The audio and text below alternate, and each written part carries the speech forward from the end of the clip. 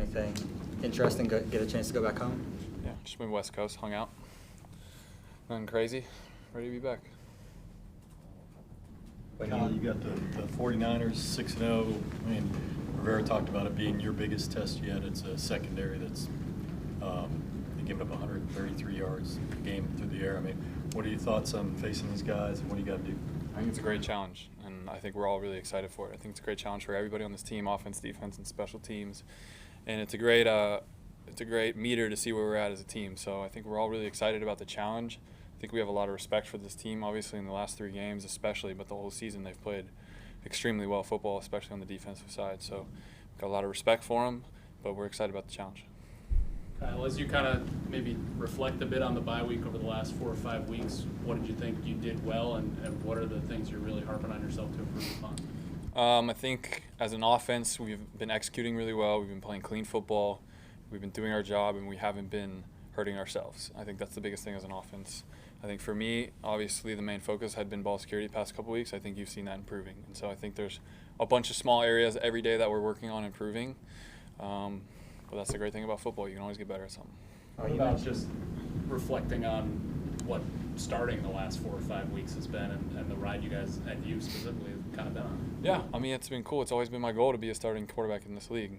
But, I mean, that's not the end goal. You know what I mean? The end goal is to win games and make it to the playoffs and so on and so forth. That's far away, obviously, but I think the main goal and what I think I've done a good job and this team has done a really good job of is to stay week by week, just win the week.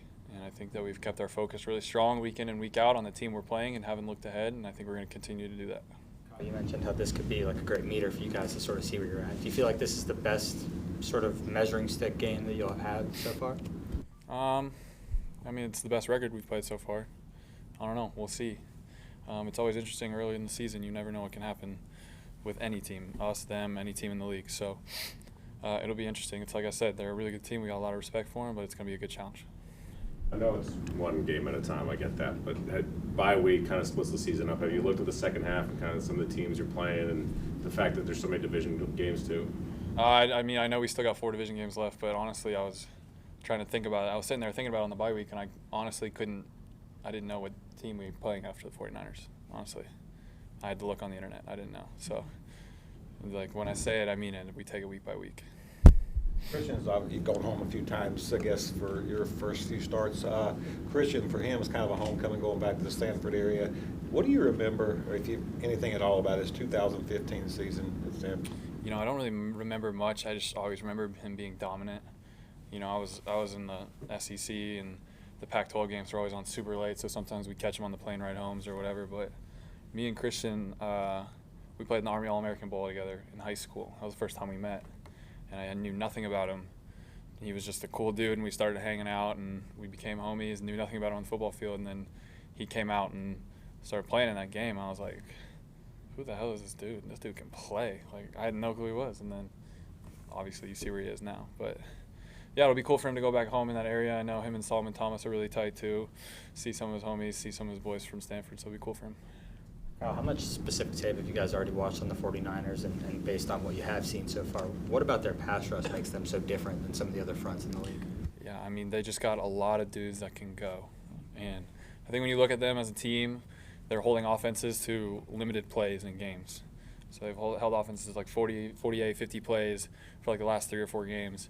And so when you see that, your defense isn't on the field as much, you have more energy, guys can go, and they have really good depth at the D-line too. So when guys get tired, they can spell guys and not really lose much talent up front. And so obviously Bosa has been really good for them.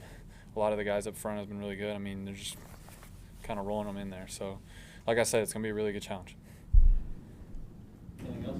Kind of Ron talked about how Cam has done everything he can to help you guys, you and Will and everything. Could you give us a couple examples of like what is he doing to help? I mean, there's a ton of stuff. I don't think there's any specific examples that's going to give you the picture because he's just around, you know? I mean, he's just acting as – right now he's acting as a coach. He's acting as a guy who's seen a lot in this league over the past 9 years, and he's trying to help this team win. And I think you can see that's the overall theme every week is we just want to win. And whatever anyone can on this team, whatever position they're in, to help this team win, they're going to do it. And Cam's no different than that, so he's been really good in all phases. Kyle, you mentioned how you've been working to improve ball security the past couple of weeks, and it sort of showed up.